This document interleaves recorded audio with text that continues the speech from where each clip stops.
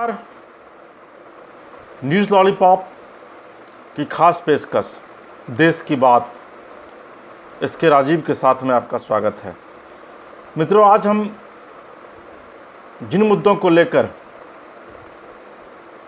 आपके पास आए हैं वो मुद्दा सीधे तौर पर बिहार की सियासत से जुड़ा हुआ है। जी हाँ, आज जदयू ने आरजेडी के 5 विधान पार्षद सदस्यों को अपने पाले में ले लिया और इन्हें विधिवत जदयू की सदस्यता ग्रहण कराई। और पूरा दिन ये हाई प्रोफाइल पॉलिटिकल ड्रामा जो है वो पटना में सत्ता की गलियारों में चलता रहा। दरअसल में आज से लगभग एक सप्ताह पहले आरजेडी ने जदयू के एक पूर्व एमएलसी को तोड़कर अपने पाले में ले लिया था और आरजेडी के नेता और बिहार विधानसभा में नेता प्रतिपक्ष तेजस्वी यादव ने मीडिया के सामने यह बयान दिया था कि ये तो अभी आगाज है, अंजाम आने वाले दिनों में जदयू को पता चलेगा और जदयू के कई विधायक, कई मंत्री उनके संपर्क में हैं जो उनके साथ आएंगे। ये बातें नीतीश कुमार को नागवार गुजरी और राजनीति रूपी शतरंज के नीतीश कुमार बहुत ही मंजे हुए और माहिर खिलाड़ी माने जाते हैं। शायद यही वजह है कि एक का जवाब नीतीश कुमार ने 5 से तेजस्वी और लालू प्रसाद यादव को दिया और आज जदयू में वो 5 चेहरे जो कभी लालू प्रसाद यादव के विश्वस्त हुआ करते थे वो अब नीतीश कुमार का गुणगान करने लगे। ये लोग सीधे आज विधान परिषद के सभापति अवधेश नारायण सिंह के पास पहुंचे, वहां उन्हें पत्र दिया और तुरंत अवधेश नारायण सिंह ने इन्हें बतौर जदयू सदस्य विधान परिषद में मान्यता दे दी। यानी कि सब कुछ पहले से स्क्रिप्ट लिखी जा चुकी थी, सिर्फ इंतजार था किरदार के पर्दे के सामने आने का। ललन सिंह, आरसीपी सिंह, ये 2 बड़े चेहरे, ये 2 जदयू का बड़ा नाम, जदयू के 2 सांसद इस पूरे खेल में शामिल रहे और इन्होंने विधिवत 5 विधान परिषद सदस्यों को नीतीश कुमार के समक्ष परेड कराया सीएम कार्यालय में और उसके बाद इन तमाम लोगों को जदयू की सदस्यता दिलाई गई। तो सवाल यह नहीं है कि आखिर ये 5 विधान परिषद सदस्य आरजेडी को छोड़कर जदयू में क्यों आ गए। सवाल यह है कि चूंकि अक्टूबर में चुनाव होने हैं और अभी बिहार में ये सियासी ड्रामा लगातार चलता रहेगा, लगातार आपको देखने को मिलेगा। हालांकि इन सबके बीच आरजेडी के लिए आज का दिन कई महीनों में अच्छा नहीं कहा जा सकता है, क्योंकि बिहार विधान परिषद में आरजेडी के कुल 8 मेंबर थे, जिसमें से 5 मेंबर अब जदयू के साथ चले गए, लिहाजा अब सिर्फ 3 मेंबर बचे हैं और बिहार विधान परिषद में नेता पद से राबड़ी देवी को भी नेता पद गंवाना पड़ सकता है। तो ये भी आरजेडी के लिए अच्छी खबर नहीं है। लेकिन इन सबसे जो बड़ी खबर है वह है आरजेडी के राष्ट्रीय उपाध्यक्ष, कद्दावर नेता, लालू प्रसाद यादव के मित्र रघुवंश प्रसाद सिंह का राष्ट्रीय उपाध्यक्ष पद से त्यागपत्र देना। मित्रों, ये वो खबर है जिसने आरजेडी को हिला कर रख दिया है, क्योंकि आरजेडी को एस्टैब्लिश करने में, लालू प्रसाद के साथ लड़ाई लड़ने में कंधे से कंधा मिलाकर अगर कोई एक शख्स था बिहार की राजनीति में तो वो रघुवंश प्रसाद सिंह थे।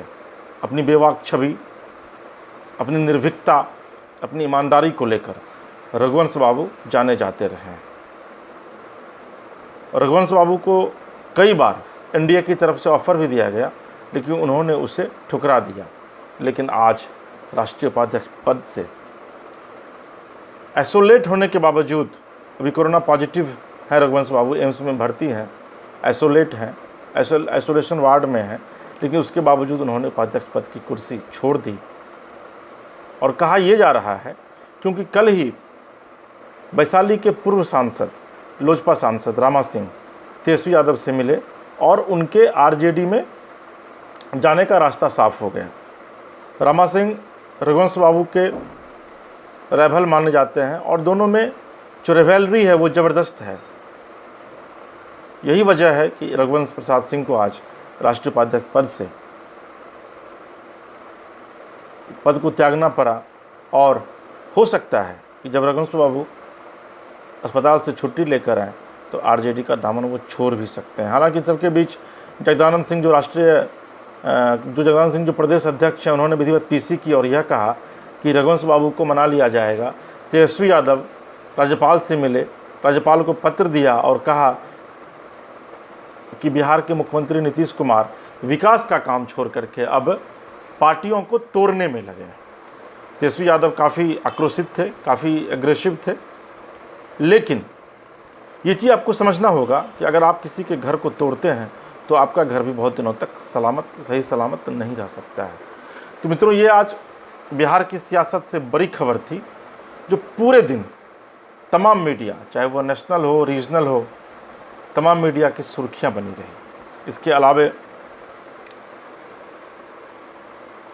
नीतीश कुमार ने आज इरिगेशन मिनिस्टर संजय झा के साथ एक बैठक की और गंडक मोतिहारी में जो गंडक नदी के किनारे जो एम्बैंकमेंट है उसका, वहाँ पे जो नेपाल सरकार के द्वारा बिहार सरकार के द्वारा कराए जा रहे काम को रोका गया, उस पर गहन विचार विमर्श किया गया। हालांकि अच्छी खबर ये मिल रही है कि नेपाल सरकार अब तैयार हो गई है और अब काम जो है वहाँ सुचारू रूप से चलेगा। लेकिन ये बहुत दुखदाई है कि इस घड़ी में जब प्री मानसून है, बिहार में लगातार बारिश हो रही है, उसके बाद नेपाल सरकार के द्वारा काम को रोकना एम्बैंकमेंट के किनारे, निश्चित तौर पर ये इस आशंका को जन्म देता है कि आने वाले दिनों में अगर यही स्थिति बनी रही, इस पर नियंत्रण नहीं किया गया तो बिहार में बाढ़ की स्थिति काफ़ी भयावह हो सकती है। तो तीसरी जो बड़ी खबर है वो राष्ट्रीय स्तर की खबर है, क्योंकि अंतर्राष्ट्रीय स्तर पर चीन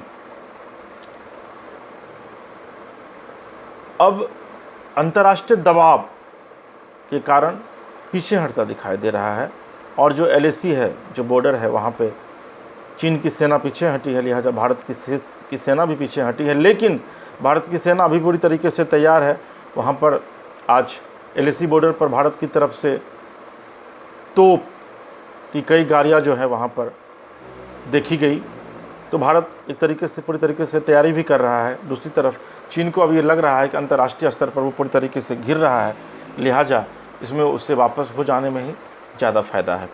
तो मित्रों ये कुछ बड़ी खबरें थी। इसके अलावा वो आगरा के DM ने प्रियंका गांधी को एक नोटिस भेजा है और कहा है कि प्रियंका गांधी ने जो ट्वीट किया था कि एक दिन में आगरा में कोरोना से 28 पॉजिटिव मरीज की मौत हो चुकी है, इस पूरे मामले पर संज्ञान लिया गया है और प्रियंका से जवाब मांगा गया है। अगर प्रियंका गांधी जवाब नहीं देती है तो आगरा प्रशासन प्रियंका गांधी पर कार्रवाई करेगी। तो मित्रों, ये कुछ देश प्रदेश की बड़ी खबरें थी जिसे लेकर हम आपके समक्ष उपस्थित हुए। आप हमारे YouTube news channel news lollipop को सब्सक्राइब कीजिए और देश प्रदेश की खबरों को देखने के लिए हमारे वेब पेज newslollipop.com के साथ जुड़िए। तो आज बस इतना ही, हमें दीजिए इजाज़त। नमस्कार।